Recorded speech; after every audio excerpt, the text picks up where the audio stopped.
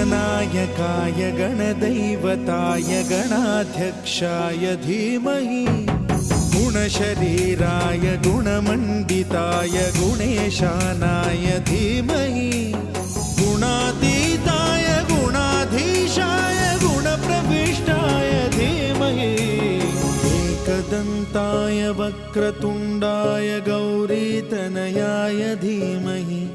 गजेशानाय भालचन्द्राय श्रीगणेशाय धीमहि